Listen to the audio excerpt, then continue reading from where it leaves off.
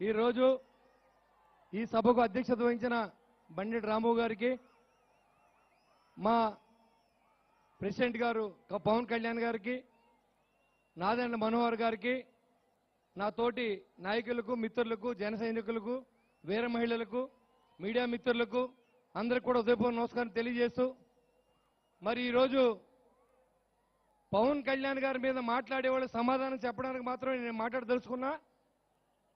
ఇవాళ ఇక్కడ కొన్ని కుక్కలు మరుగుతూ ఉన్నాయి. నిన్నే మురిగేసి కొన్ని కుక్కలు. ఇక్కడ ఎవడైనా మీటింగ్ పెడతాడా, వారాయి మీద ఎలా వస్తారో చూస్తా ఉన్న వాళ్ళందరికీ ఈ రోజు ఇంకో గంట సేపు కానీ ఇక్కడికి కళ్యాణ్ గారిని రాని విధంగా రోడ్డు పొడుగున జనంతో మా నాయకుడు వారాహి మీద రాబోతా ఉన్నాడు. మీకు దమ్ముంటే ఆపండి, మేము ఇక్కడే ఉన్నాం. రెండోది, ఈ రాష్ట్రాన్ని దోచుకున్నటువంటి ముఖ్యమంత్రికి ఓటు ఎందుకు వేయాలనేది కూడా మీరు ఒకసారి ఆలోచన చేయండి.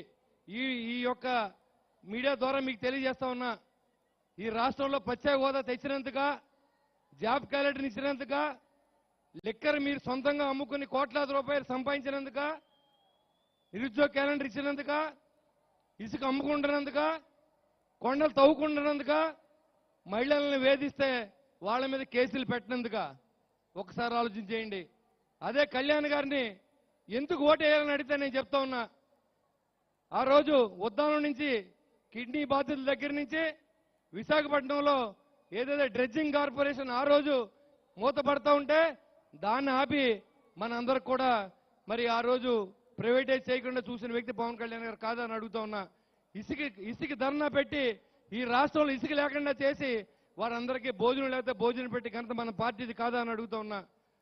అంతేకాకుండా ఈరోజు రైతులు చనిపోతే దాదాపుగా 40 కోట్ల రూపాయలని మరి రైతులకు ఇచ్చిన ప్రభుత్వం చేయవలసిన పని కళ్యాణ్ గారు చేస్తే మీరు కానీ మీరు బాబులు కానీ ఎప్పుడైనా మీ సొంత డబ్బులు పంచిపెట్టారని నేను అడుగుతా ఉన్నా.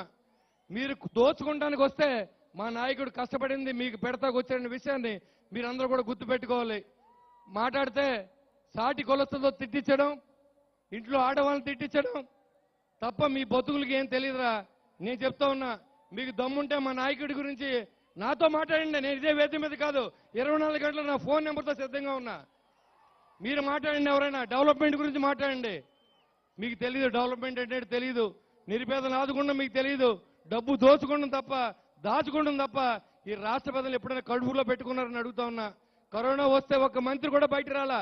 జన సైనికులు, వీర మహిళలు బయటకు వచ్చి గ్యాస్ సిలిండర్లు ఇచ్చారు, ఆక్సిజన్ సిలిండర్లు ఇచ్చారు, మందులు ఇచ్చారు, అన్నం పెట్టారు, నిత్యావసర వస్తువులు ఇచ్చారు. మీరేం చేశారు?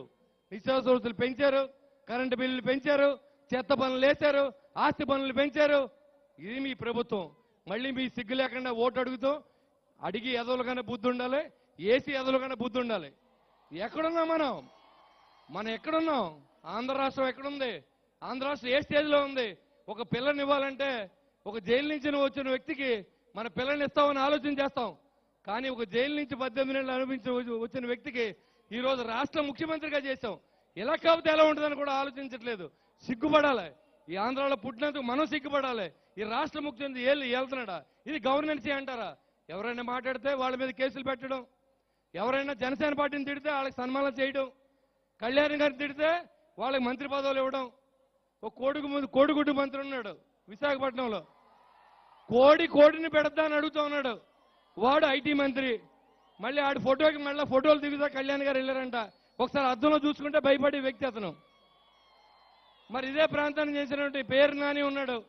ఇక్కడున్న ప్రజలంతా బాబు పోర్టు కట్టించండి, ఈ యొక్క సముద్ర తీర ప్రాంతాన్ని అంతా పార్కులు చేయండి, మంచి డెవలప్ చేయమని నిన్ను ఎమ్మెల్యేని చేస్తే పొద్దున్న లేచిన కానీ కళ్యాణ్ గారు ఏం చేస్తా ఉన్నారు? బాత్రూంలో ఏంటి రాయి తొడుగుతూ ఉన్నారు? దాని గురించి మాట్లాడేటువంటి ఎమ్మెల్యే ఇతను. ఇంకా నమ్మడి రాంబాబు ఉన్నాడండి, ఆయనకి పోలవరం ప్రాజెక్టు గురించి నాలెడ్జ్ లేదు. కళ్యాణ్ గారి గురించి మాత్రమే ఆయన మాట్లాడతాక ఆయన మంత్రి పదవి ఇచ్చారు తిట్టడానికి. ఇలాంటి బతుకులు వీళ్ళ మంత్రులు, వీళ్ళ ఎమ్మెల్యేలు, ఇలాంటి వాళ్ళు నెగ్గించినందుకు మనం సిగ్గుపడాలా? నెగ్గి మళ్ళీ మన దగ్గర కొత్తగా వాళ్ళు సిగ్గుపడాలో మనం వాళ్ళు కూడా ఆలోచించాల్సిన అవసరం ఏర్పడింది. మీకు దమ్ముంటే మీరు అన్ని చేసామనుకుంటే మళ్ళీ ఇంటింటికి వెళ్ళి అమ్మ మీకు రేషన్ కార్డు ఇచ్చాం, మీకు పెన్షన్ ఇచ్చాం అని చెప్పుకోవాల్సిన అవసరంలా. మీరు చేసింది ఏదైనా ఉంటే దమ్ముంటే రండి, ఎలక్షన్లో తేల్చుకుందాం. సింగిల్గా రండి అంటా ఉన్నారు. మీరు రిజైన్ చేయండి, ఇప్పుడు చెప్తాను నేను ఎలా వస్తామో.